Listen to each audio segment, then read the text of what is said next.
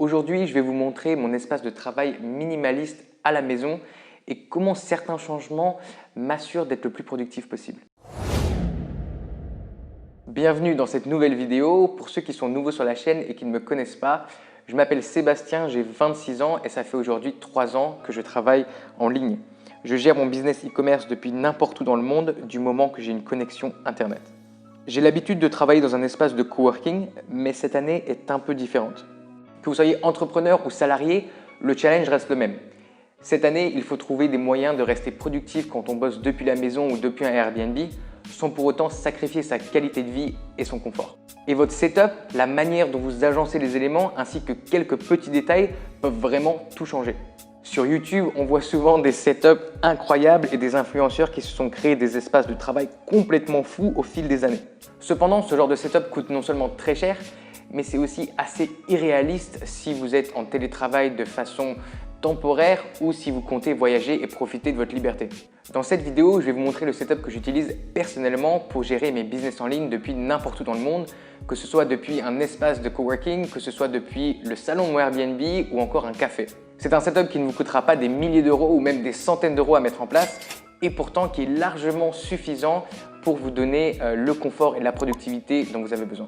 Si vous voulez en savoir plus sur mon style de vie d'entrepreneur nomade, n'oubliez pas de vous abonner à la chaîne juste en dessous. Sans plus attendre, voilà ma configuration de travail portable. Voilà à quoi mon espace de travail ressemble dans sa globalité. Comme vous pouvez le voir, tous les éléments sont là pour me permettre d'avoir une session de travail productive où que je me trouve dans le monde. Je commence par le plus évident et aussi mon outil de travail le plus important qui est mon ordinateur.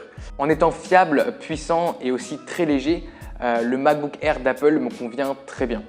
Je ne pense pas que ce soit l'ordinateur idéal si vous avez besoin de beaucoup de puissance, si vous avez des logiciels complexes qui demandent beaucoup de mémoire, mais c'est amplement suffisant pour ce que j'en fais et il fonctionne bien même en utilisant des logiciels comme Final Cut ou Photoshop. J'utilise depuis 4 ans et j'en suis très satisfait, je n'ai pas eu de problème avec cet ordinateur et honnêtement c'est idéal pour voyager. En revanche, travailler sur un laptop peut avoir des conséquences désastreuses pour votre posture, surtout si vous travaillez tous les jours dans cette position et c'est là que le stand fait toute la différence. J'utilise un stand pour surélever mon ordinateur à hauteur de mes yeux, ce qui me permet de me tenir droit et d'éviter de rester courbé toute la journée. Son nom officiel est le Nextstand K2 il me semble et c'est un de mes compagnons de voyage les plus fidèles. Avec un prix plus qu'abordable et une qualité de fabrication solide, c'est pour moi le meilleur support pour ordinateur portable du marché. On entend pas mal de nomades et d'influenceurs vanter les mérites du concurrent, le Roost Stand, qui apparemment serait plus durable, plus solide, mais honnêtement, à plus du double ou triple du prix, je pense que le Nextstand fait largement l'affaire. Mon Nextstand n'a jamais flanché et n'a jamais fait tomber mon ordinateur, et ce, même après 3 ans de voyage dans mon sac à dos et ma valise. Donc, je pense que c'est plutôt résistant. Il est vendu avec un étui en tissu, ce qui est idéal pour le ranger proprement chez soi ou quand on voyage. D'ailleurs, Nextstand a l'air d'avoir bien compris leur marché. Je vous laisse le lien Amazon dans la description si vous êtes intéressé. Quand vous utilisez un stand, le clavier de votre ordinateur devient difficile d'accès et c'est donc important d'avoir un clavier séparé pour une meilleure ergonomie.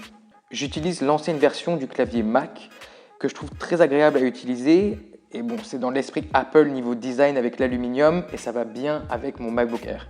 Il marche avec des piles mais c'est pas vraiment un problème. Honnêtement, je change les piles 2 fois par an en l'utilisant environ 10 heures par jour donc c'est très correct. Il a une bonne connectivité Bluetooth, aucun lag. Le seul bémol, c'est qu'on ne peut plus vraiment l'acheter neuf vu qu'il y a de nouveaux claviers qui est sorti depuis quelques années. Du coup, on peut éventuellement essayer de le trouver d'occasion ou reconditionné, mais c'est un petit peu plus compliqué. Je trouve la souris essentielle en temps normal, mais quand on utilise un stand, elle devient carrément impérative car vous n'avez plus accès au trackpad de l'ordinateur.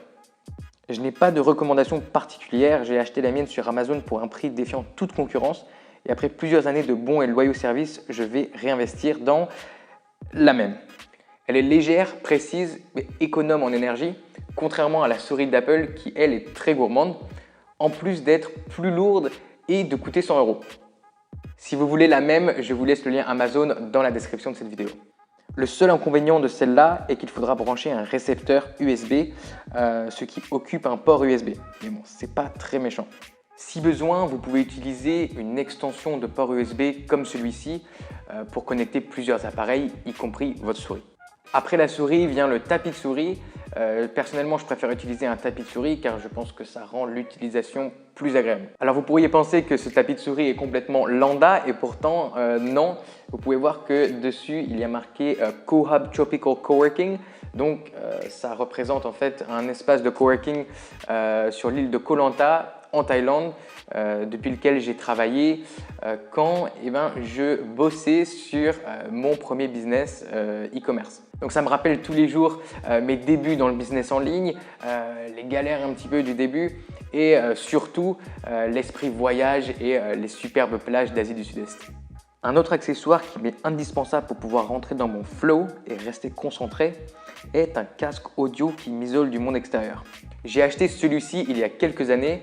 C'est un modèle d'entrée de gamme, mais je trouve qu'il a un super rapport qualité-prix. Après plusieurs années, j'ai décidé de passer au niveau supérieur. Dans quelques semaines, je vais attendre les offres du Black Friday, du Cyber Monday pour m'offrir un casque premium Sony. Mais pour l'instant, je continue d'utiliser celui-là qui coûte une fraction du prix de ses concurrents.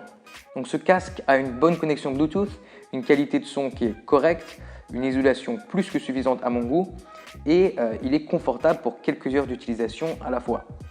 En revanche, si je le porte toute la journée, je sens que ça commence à presser au niveau des tempes. Pour avoir utilisé les autres options plus premium de marques comme Bose ou Sony, je peux vous dire que certes, il y a une différence, mais la différence de prix entre celui-là et les casques de Bose ou Sony est encore plus grande à mon goût. Donc je pense que si vous avez un budget restreint et que vous n'êtes pas prêt aujourd'hui à investir 300 ou 400 € dans un casque, je pense que celui-là fera très bien l'affaire. Cette vidéo touche à sa fin, j'espère qu'elle vous a plu, j'espère que vous avez trouvé certaines idées que vous allez pouvoir implémenter dans votre espace de travail pour le rendre plus confortable, plus ergonomique et plus productif. Tout ça en ne dépensant pas des 1000 et des cents pour avoir un setup de professionnel. Vous avez maintenant une meilleure idée du bureau ultra minimaliste que je transporte avec moi pendant mes voyages et que j'utilise pour gérer mes business en ligne. Si vous avez aimé ce format de vidéo, qui est un style un petit peu différent de mon style habituel, dites-le moi dans les commentaires juste en dessous et je ferai plus de vidéos où je vous montre les coulisses de ma vie d'entrepreneur nomade. D'ailleurs, si ça vous intéresse de savoir à quoi ressemble une journée dans ma vie de vendeur Amazon FBA, j'ai fait un vlog juste ici. Et pour vous abonner à la chaîne, il suffit de cliquer juste là. On se retrouve très vite pour une nouvelle vidéo sur Liberté Digitale.